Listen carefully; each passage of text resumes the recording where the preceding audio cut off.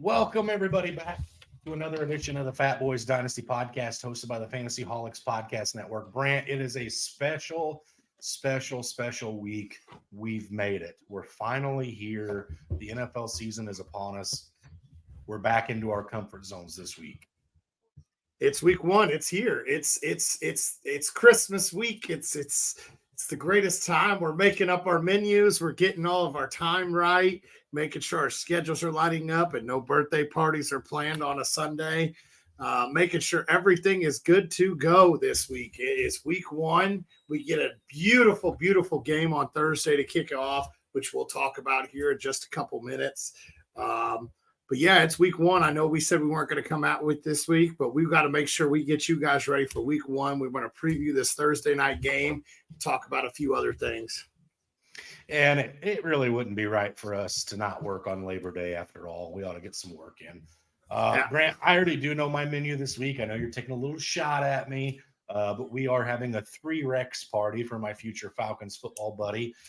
So, I'll skip football this Sunday for bits and pieces. It's going to be on, and I'm going to be in and out of the house all day. But to eventually have a future friend to hang out with on Sundays and just to share in the tears with me when the Falcons collapse in the future. So it'll be all worth it. But I'm having some dino chicken nuggets because it's a dinosaur birthday party. So obviously, just probably the best menu of the week for me. I don't know if it'll be topped. Mine's looking like we're doing some wings and then going to have some other stuff thrown in. I'll have some surprises on Sunday. I may have to run off a screen to throw some wood chips into my smoker on Sunday. That's called waddling, sir. Nobody needs to see that. Well, then everybody gets to feel it when I move. It's week one. Let's get into it. Let's get the bibs on. And let's eat.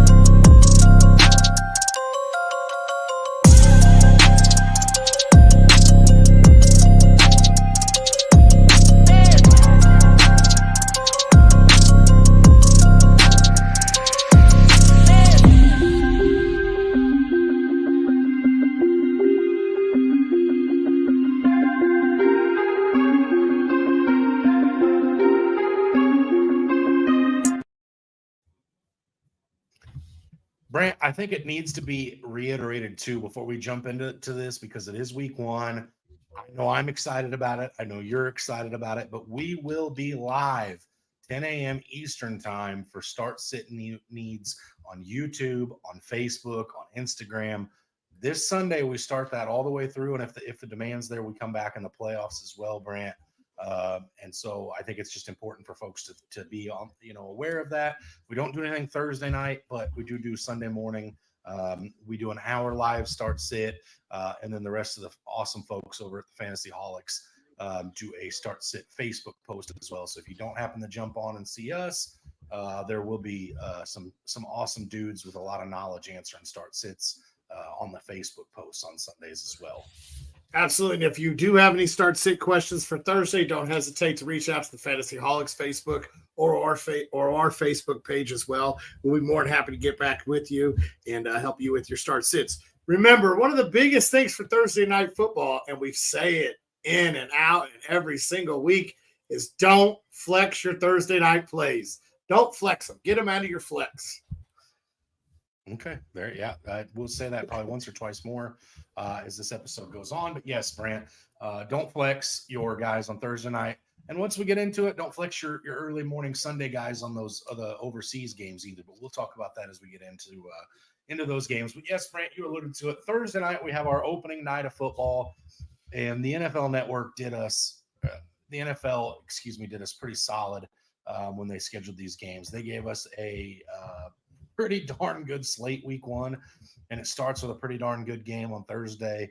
And I know we're not really talking about that tonight, but it also ends with a very good Monday night football game this week.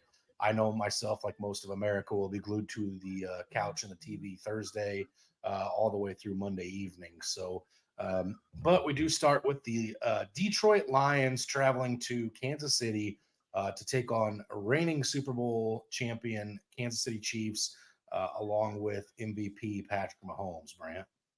Yeah, this game is slated to have a point spread of 54.5 points. It's one of the highest scoring games this week. So a lot of guys should be seeing a lot of fantasy points. The Chiefs are favored by 6 points, or 6.5 points. Sorry. This should be a really good game. You get to see what does Patrick Mahomes' new wide receiver core. I do say wide receiver core because we know what his tight end looks like. We get to see what his new wide receiver core looks like. You get to really see what the running back room may look like a little bit there in Kansas City. And I mean, you get to see what does their defense look like without Chris Jones there. So you get to see all that with the Kansas City side. Then you go over to Detroit. You see an up-and-coming team, a great offensive-minded team. You get to see that hyped-out rookie. You get to see him for the first time actually on the field in a week one game. You get to see Amon-Ra St. Brown again. You get to see what the rookie tight end's going to do there in Detroit.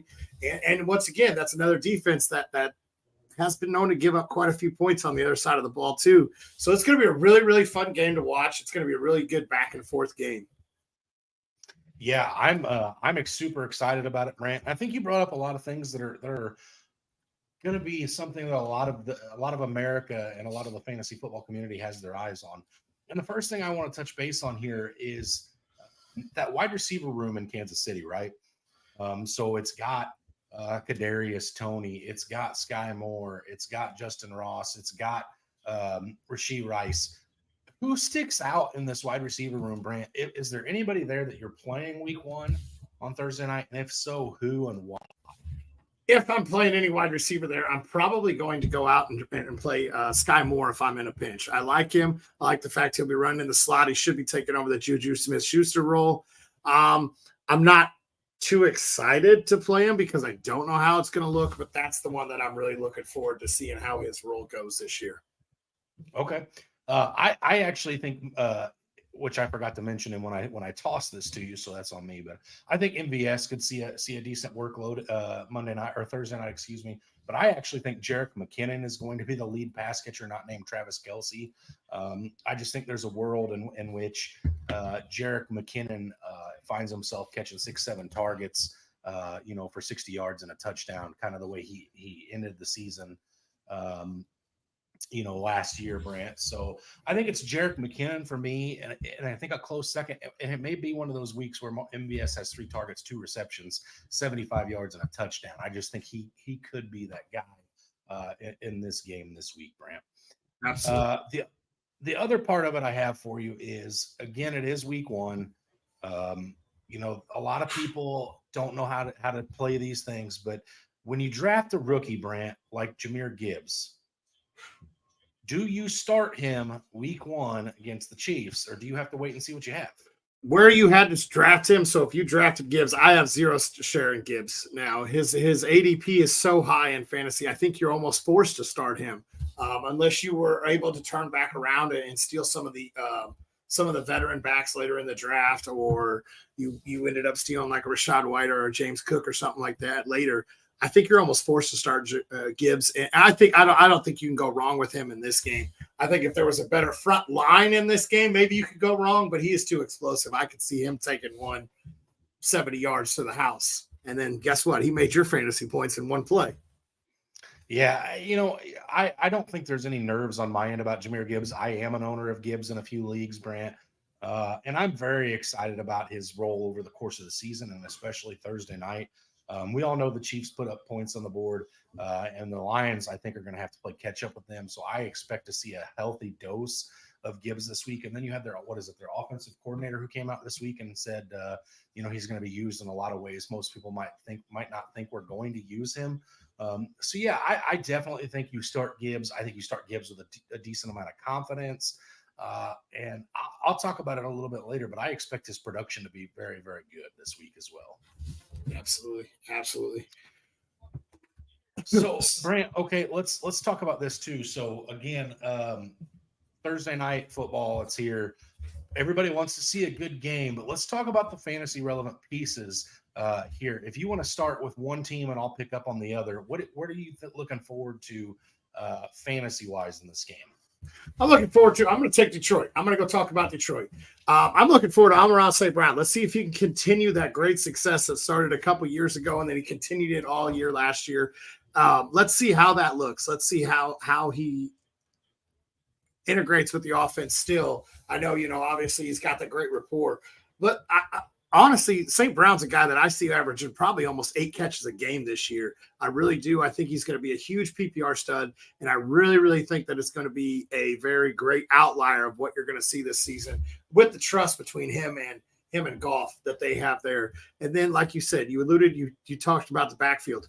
What is the split in the goal line? Do we see Gibbs get a few goal line carries? Do we see Montgomery? I could see Montgomery seeing a lot more work than a lot of people are thinking about there between the 20s and everything else. So I really think that Detroit, and this is going to be a great outlier, I think Detroit might have 2 startable running backs in their offense this year. Yeah, Brant, I absolutely think you're right. I think there's a good chance that Montgomery and Gibbs both have fantasy relevancy, and I don't think it's much up for debate in my opinion. I imagine it'll be mostly Montgomery down and around the goal line just due to his size. But it definitely will be exciting. On the other side of the ball, Brant, Travis Kelce and Patrick Mahomes. I mean, who can't get themselves up for that, right? But there is a lot of questions on that Chiefs offense. I'm excited to see what happens in that backfield. How much work does Pacheco get? How much work does McKinnon get? How much work, if any, does CEH get? I know a lot of people were very, very high on Pacheco this year. He got drafted very early in a lot of drafts. Could that end up burning people, Brant? I don't know. We'll see. And then again, like we kind of alluded to earlier, that wide receiver room is a huge question mark. I know a lot of people, were hyper fixated on Kadarius Toney coming into the season, Brant, and what he was going to do with Patrick Mahomes. But we've already had some setbacks there that we'll talk about a little bit later on. And then you've got MVS, who's, one of the quickest, fastest guys on the field. He just, seems to have that butter on his fingers, right? Then you've got, Justin Ross, who's a great project guy, Rashee Rice, who I, along with a lot of other people, am very excited about moving forward. And then you got Sky Moore, a guy who found himself going super early in rookie drafts last year, Brant. In our home dynasty league, we saw him go in front of Garrett Wilson in the first round. And we laugh, but a lot of people fell for that. It's, hey, you're attaching this young stud wide receiver to Patrick Mahomes, the greatest quarterback in the NFL at this time, whatever. So yeah, there's just a lot of figuring it out. The one other thing I want to add with this Kansas City offense, Brant, and I know you and I will be back to talk about it next Monday. If one of these wide receivers busts out this week, don't necessarily, if you're in a fab budget league, if you're in one of those, if you have a high waiver, don't necessarily rush out, to go grab it. Brent, his name's going to elude me right now. We'll see if it comes to me. But there was the Kansas City Chiefs wide receiver a few years ago who absolutely exploded week 1. Everybody was trading for him, drafting for him. The same guy that's exploded week 1 when he was in different offense. Sammy Watkins. Thank you. There you go. Sammy Watkins. Yes. A couple of years ago, Sammy Watkins exploded week 1. Everybody went out and traded for him. And the rest of the season, the other 16 games, he didn't combine to score what he scored in week 1 that year. So don't fall for that here. Again, the Chiefs backfield and the Lions backfield too. But the Chiefs backfield, be cautious of the numbers that come out. If Kansas City gets up to a big lead and you end up seeing CEH with 25 carries, do those 25 carries really mean anything? Or are they just trying to keep Pacheco from getting hurt moving forward? We'll all break that down next week. But again, this Kansas City offense could be a huge trap offense as far as this guy's going to be great this week, not so much next week. Right. So let's hit it. Who you got? Who you got in this game? Where do you got? I think the Lions are going to have a very good season this year. I expect some very good things. I expect them to compete for the division in the NFC North. I don't take them to dethrone the Kansas City Chiefs. With the exception of Chris Jones up front, they have not gotten any worse in Kansas City. The argument could actually be made they're better offensively to start the season this year than they were last. I'm just not ready to pick against Patrick Mahomes yet. I know you and I sat down the other day and we went through the entire 17 or 18 game slate or 18 week slate, excuse me, and we did wins and losses for all these teams. And I know I didn't have the Chiefs as the best record, neither did you, but I just can't pick against them. I know you feel differently, so I'll turn that over to you. I think this is a trap game. I do. I think Detroit goes in, and I think Detroit shows what they're going to be about this year. I really do. I don't know if I could pick them to win it outright. I did when we did our schedule. I did pick them to win outright. I think there's a chance they do. I definitely will take them to cover that 6.5 point spread. But yeah, I think this is going to be one of the greatest games this week. I really do. Not a whole lot of defense, so greatest games for fantasy. But yeah, I do believe that this is a trap game. I do believe the Lions can pull this game out, and I think when it comes down to the wire, if they have the ball last, I think they may win this game. Okay. There you have it, Brant. All right. Before we move on from this game, there's one last thing that's very imperative that we get into. We've been alluding to this all year, Brant, or all offseason, at least the last month and a half anyway. Brant, you and I are going to be doing a picks of the week every week for Underdog, who the Fantasy Holics have partnered with. Use the promo code HOLICS on your initial deposit, and they will double your entry fee up to $100. Brant, we're going to do plays of the week every Sunday, but it wouldn't be right if we didn't come on to the episode and do some here. So again, this is going to be a weekly segment, but Brant, anything you'd like to add? So this is our picks of our play of the week for Thursday night.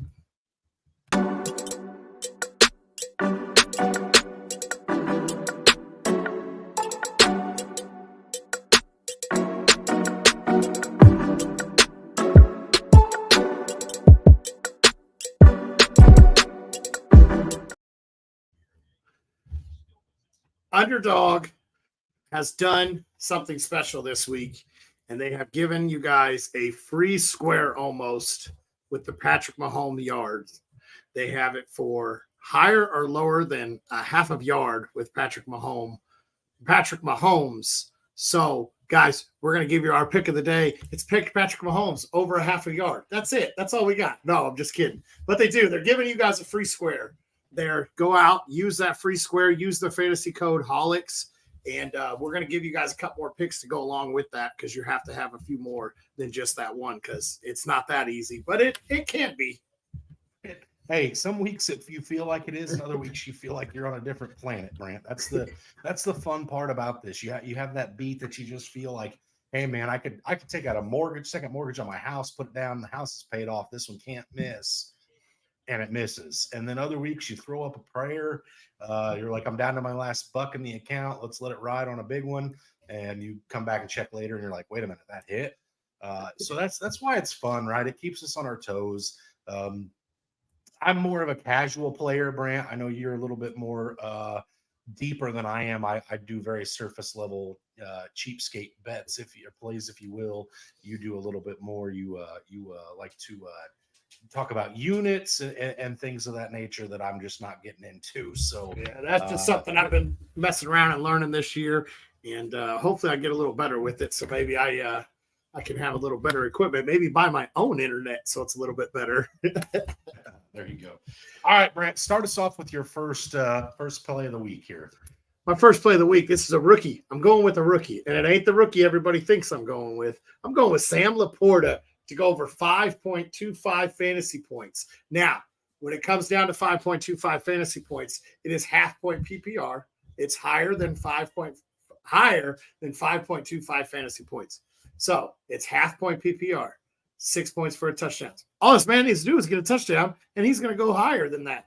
I absolutely love it. I think he's going to be used a lot more in the offense, and I especially love it in this game with how higher powered and how pass happy this offense should be this week. Yeah, Brent, I like Sam Laporta just as much as the next guy. I own a lot of stake. He was my second favorite tight end in this class behind Dalton Kincaid. I know some people were split on Mayer there out of Vegas. And then you had, Musgrave in Green Bay, who was another one that a lot of people were very high on. I've been all along Laporta. There was a time and place, if you remember right, where I was more on Laporta than I was Kincaid. But I think you've absolutely got this, Brant. all he has to do is have like 2 catches, 25 yards, and maybe a goal line look or two, and he should be well over this. I don't expect that to be a problem again, like you alluded to, pass heavy offense. Which brings me to my first play of the week, Brant. A lot of teams come into Kansas City or play against Kansas City, and they have to do things that their offense isn't necessarily comfortable with. Because if you're a team that likes to run the ball, you like to have a slow-paced offense, sometimes it's hard to do that with Kansas City Chiefs, Brant, because they get out early, they step on your throat, they try to put you away early, and you got to do some things to keep up with that. And a lot of times, not necessarily because the Kansas City Chiefs defense is so great, but they manifest a lot of turnovers because teams have to push to try to keep up with them. I expect Jared Goff to go over or higher than 0.5 interceptions this week. So all he has to do is throw 1 interception, and this play hits. I expect Goff to throw at least 1 pick this week. Absolutely. You see it all the time with how many times he's going to have to throw the ball. This is a very, very high probable bet to hit or higher or lower to hit. I expect him to really be slinging the ball all over. So I definitely believe that 1 interception is very, very doable, which is going to lead me into my other bet or my other one to go with. I'm going with, I got it earlier in the week. It was 6.5 receptions earlier in the week. It has now gone up to 7. That is Amon-Ra St. Brown to go higher than 7 receptions.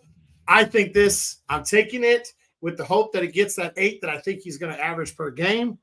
But this one here, with it being at 7, is a push possibility also. So you could end up pushing, which then would roll over. Your other ones would then, if they hit, you will still get the payout. So I think that Amon-Ra St. Brown will have at least 7 receptions, but I'm going to take the higher on that. Yeah, Brant, that one's one that I'm very intrigued by. So if you go back and look last year at Amon-Ra St. Brown, he had 7 or more receptions in 1, 2, 3, 4, 5, 6, 7, 8, 9 out of his excuse me, he played in 16 games last year. So over half the time he goes for 7 or more. Now that does count pushes, but pushes don't hurt you necessarily. So I think this is one that, again, the Lions are going to have to pass a lot, Brant. I think that's one that you can comfortably play, even though you got it at better numbers than everybody else. I still think 7 you should be okay with. And again, too, as I'm even getting ready to move on, I think about the fact that there's not a whole lot else for Jared Goff. He doesn't necessarily trust his pass catching back yet. There hasn't been that, that chemistry established. He doesn't trust Sam Laporta the same way he's going to trust St. Brown. St. Brown's going to be heavily targeted in this game just because of the fact that there's not all that other chemistry established yet with these other guys. So that bodes to it as well. Now, Brant, I do want to talk about the rookie that everybody else is talking about in Detroit. And yes, I understand neither one of us picked any plays involving Kansas City because, let's be honest, they're going to have Travis Kelce's. I'd have to go back and look, but they'd have Travis Kelce's reception at like 9. So it's very, very high. And then again, how do you trust and judge on any of the other wide receivers? So it's a tough one.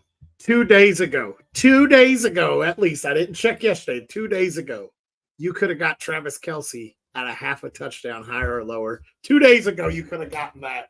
That's almost a given when it comes down to a game like this. That is probably why it's been pulled.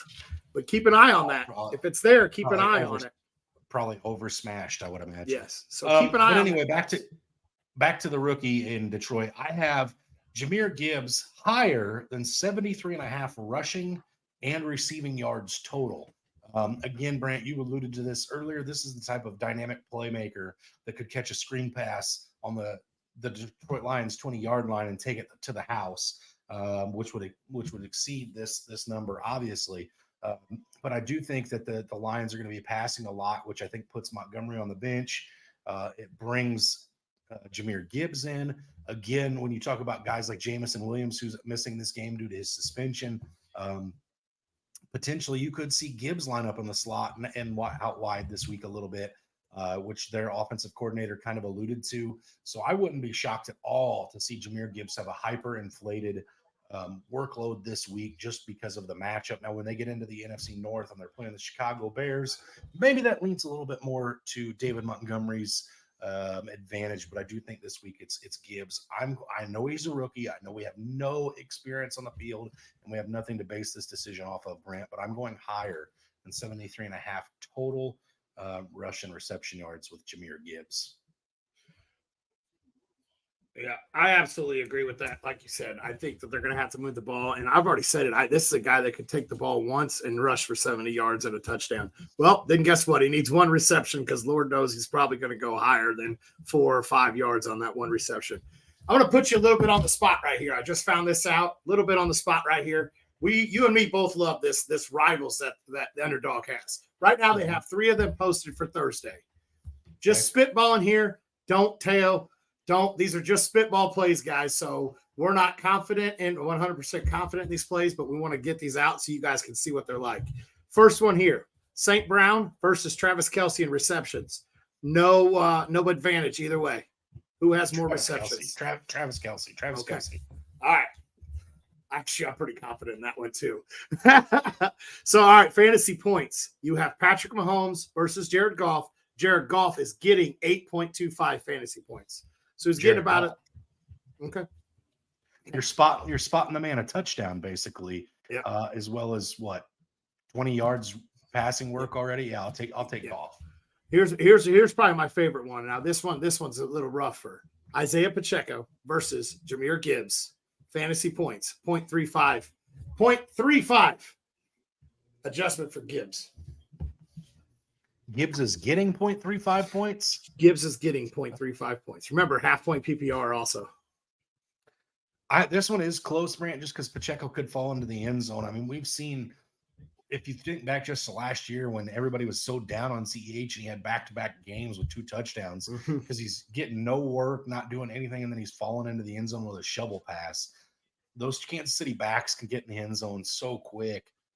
Because you have a guy like Patrick Mahomes who marches him down the field, and then here's a little 2-yard dive play, and Pacheco falls into the end zone. My gut says I still think Gibbs gets this done. This one I'm just not as confident in as the other two. Remember, guys, that's the Underdog offers both of those. Remember, join it. Use the code HOLIX to double your first deposit. It's an amazing app to use. We'll be talking about picks of the week all week. Guys, don't forget, download Underdog, fantasy code HOLIX. I want to say this too, Brant, to the folks at Underdog. You and I used this all year last year in like a half a season the year before. This was before there was a sponsorship. So, yes, there is a sponsorship now, and we do benefit from it. But we were on this site prior to that because it's just that good. It's that fun. Brant and I will talk every day leading up to a Sunday slate about rivals, plays that we like. I think the rivals are the most fun thing. That's where I'm at. Player props are obviously fun as well. But the rivals thing is just, I think it sets Underdog apart. It's awesome. Absolutely. I love the rivals thing because you get different games. So now you're invested in both games, but I like the player props for when it's just one game. So that way you're really invested into that game too. Absolutely. All right, Brant. Nobody necessarily likes to do this segment that we're about to do, but we do have to get into it, and we have to talk about these injuries coming into the season. Now, I will say this has been one of those seasons that have been, if you think back to a few years ago, and I know you were on the wrong end of this, you got guys like Cam Akers and J.K. Dobbins going down and missing the season before the season starts and had a ton of big injuries. We really don't have any huge season-ending injuries coming out right now, but we're getting into the season. We have some guys that are kind of nicked up, kind of banged up. And we got to talk about those because sometimes you got to taper expectations, Brant. So I'm going to start us off here because I do think I have one more to talk about than you do. So I'm going to start with the San Francisco 49ers, Brant. And again, this isn't so much of an injury as it is coach speak coming out talking about wanting to avoid injuries with his players. The 49ers say they're going to be cautious with CMC this year, and they're going to be bringing him off the field more than when he was used in Carolina to prevent injuries. They know he's getting up there towards the tail end of his career potentially, and they want to keep him healthy so he's able to do what he does best without a huge workload, Brent. So, a lot of times, especially with the recent JT stuff, the Austin Eckler news, CMC's still been one of the, if not the first, one of the top 3 backs off the board in most drafts. Are your expectations lowered at all by these news that come out about them resting CMC? I'm tempering expectations a little bit, but if you look back when he played full seasons, how many times did he finish so many points above the next back? He is that good that I think even if you drop him down 10% snaps or even, a little bit more, I still think he'll be a top 3 back in the NFL. That's really where I'm at. This opens a bigger door in my mind for Mitchell or Davis Price. Is that the other one there? It opens a bigger door for them to maybe have some fantasy relevancy. We saw Mitchell was able to do it a few times with CMC during the year last year, but those are 2 guys that I'd be looking to pick up or keeping on my radar. I want to ask you, Brant, and I wonder, because you've been the biggest advocate for this all off season that I know personally. You have gotten off the Deebo Samuel train. You've smacked that train on the booty as it left the station. Bon voyage, never to be seen again. Do you worry that Deebo Samuel may get some of that CMC relevant work that he did before CMC came to town when CMC's on the sidelines? It worries me a little bit, but in my mind, and the reason I'm off the Deebo is I don't think he's the best receiver on the team, and he's definitely not the best running back on the team. So maybe he gets an extra carry, maybe he gets an extra target, but I'm really not too worried about it. I'm still off that train. That's not the guy that I want in San Fran. Okay. So my first injury is an injury that could end up lingering all year, and I have fallen victim to it because I went out and I traded for this guy because I've never ever owned him, and I wanted a piece of him, and that is Cooper Kupp and his hamstring. He's up in Minnesota visiting a specialist during the week 1 training. He's going to play Seattle. You could sit out this week. I won't be too upset if you do. Join us, by the way. Join us Wednesday, and I'll tell you a nice guy that I like to pivot to on our Fantasy Holics cast. But with Cooper Kupp being, I don't think he plays week 1. Maybe misses week 2 as well. I pivot to as for a wide receiver aspect, I pivot to either Puka Nacua or Van Jefferson. One of those guys is going to have to start seeing some targets.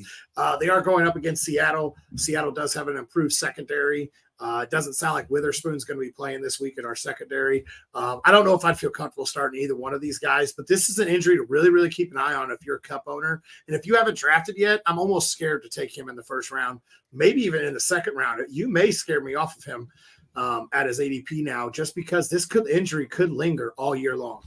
It's his second time Brent, tweaking it. I actually was in a draft just this week, and I'd have to go back and look, but I think Kupp fell late second round in that draft. Just due to the simple fact that, everybody's a little nervous about what's going on with him right now. Let me see here. I've got it pulled up. Where did he go? He went in the middle of the 4th round, Brant, in that draft, just because, again, people are nervous. I mean, you don't know what you're going to get. And fantasy football is it's so hard. If you start so slow, especially on what we do, Brant, if we start slow in a dynasty league, gosh, you almost want to wave the white flag early and start pimping out some of those stud players for draft picks and young players to start over next year. It's hard.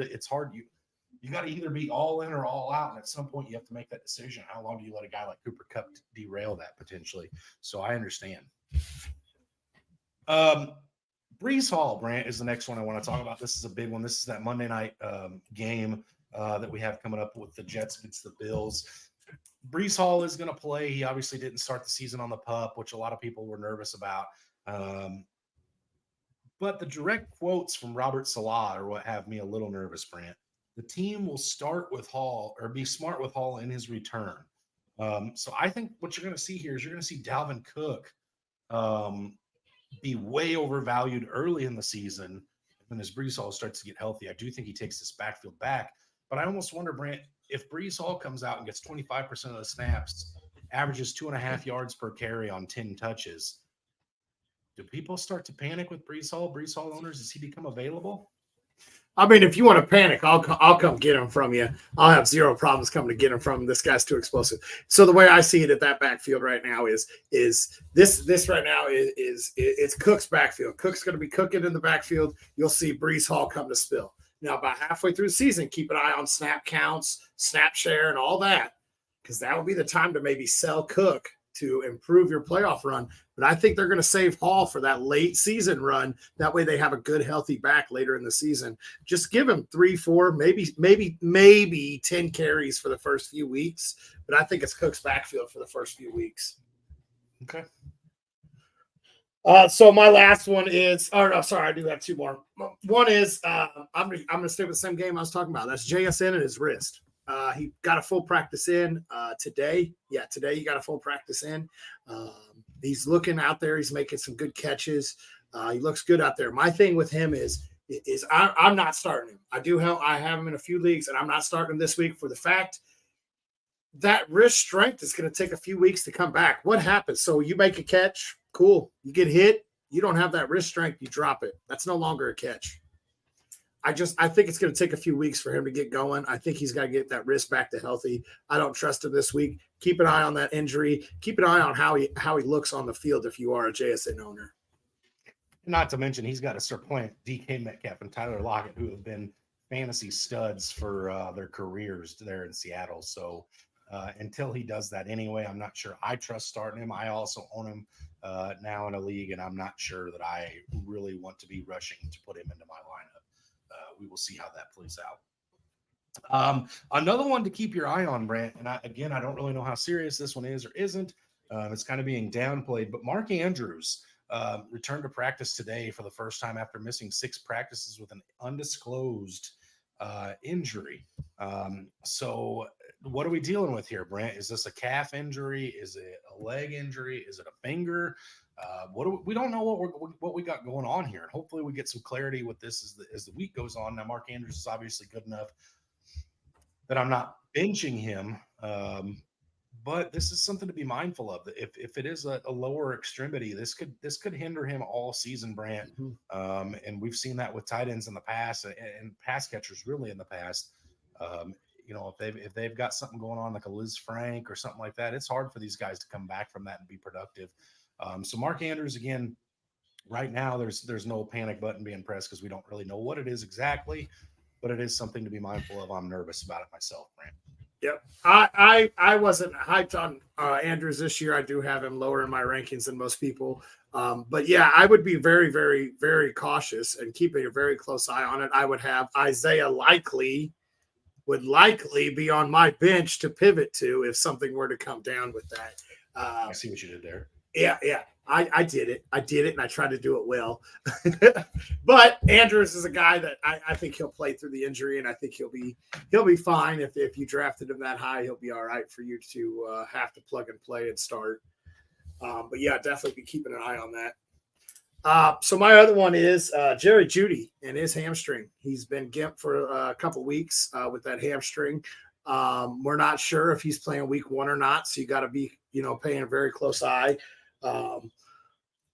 I really, really like this offense. I've talked about it all off season about how I like Russell Wilson to have a bounce back, how I like the pass catchers there. So if Jeudy doesn't play, I think this opens the door wide open for Mims and Cortland Sutton to really solidify themselves in the lineup and let them take their time to move Jeudy back. So if you are a Jeudy owner, I would possibly be going out to try to get Mims to maybe pivot. If it's I'm not sure what time their game is. I haven't dove that deep. I've been looking at this Thursday game.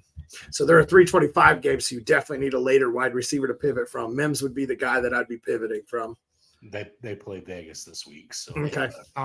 Divisional matchup, big game week 1. So lots of wideouts there. I mean, you got Renfro, which you like. You got Jacoby. You got Mims. All are pivot points there if you need to go pivot from off of Jeudy. Absolutely, Brent. My last one is back, and I did this on purpose, Brent. It brings us back to Thursday night. We talked about him a little bit. Kadarius Toney. Andy Reid is coming out saying he is good to go. Do you trust Andy Reid? And if you drafted Kadarius Toney, I know you and I aren't huge on it this year, but if you drafted Kadarius Toney, you did pay the price to get him. Do you put him out there week 1? Have fun. I'm not putting – we went over this a little while ago. I don't know if I'm putting any of those wide receivers. But if you paid the price, then yeah, I say yeah, but I don't think you really can put him out there because he may be good to go. But guess what? We saw this guy where he was looking explosive in one game, and then the very next play after making an explosive catch, he pulls up limp. We don't know really his is what, a hamstring as well too, I believe. Mm-hmm. So you don't know how well that's going to hold up. He could go out there and make you a 30-yard catch, and then next thing you know, he's limping off the line the very next play, or coming out and never see it again. I don't think I can trust it. I don't think if he's out there, I don't think I trust it. I don't think he's logged a full practice since coming back from the injury. I don't think I'm trustworthy of it. This is a tough one, Brant, because again, you pay the price to draft this guy, and he's tied to Patrick Mahomes, Andy Reid in that offense. I could see the struggle, but I think I'm on board with you. I don't play him. Just make sure he's not in your flex. Don't flex the Thursday night guys. Again, Jennifer says she's ready for week one. Jennifer, I know we are too. I'm sure we'll see you Sunday morning for the live start sit, and it looks like you made a pretty good decision here. She said I got offered Kupp, and she declined it because she was nervous. Nobody's trading Cooper Kupp right now unless they were nervous about him too. I'm trying to trade him. Hi. So again, good move there, Jennifer. Nobody's giving him away right now unless they're nervous about him too. So yeah, Brant, we're here. We made it. It's week one. It's time to start tinkering with lineups. It's time to be, every morning before work, getting in there and setting a lineup. We're not normal. We don't get to have our phones all day. But for those of you that have your phones all day, you're probably in there staring at your lineups. I've been finding myself doing it. Off and on when I have my phone in my hand with nothing going on. I'm going in and checking different leagues. I am lucky to have most of my leagues on one app, which you are too, Brant. So that does make it a little easier to just fly through there and make sure everything's good. But we're back. We made it. It's been a long off season, everybody, but here we are. Absolutely. And as always, guys, stay hungry. Stay fat, my friends.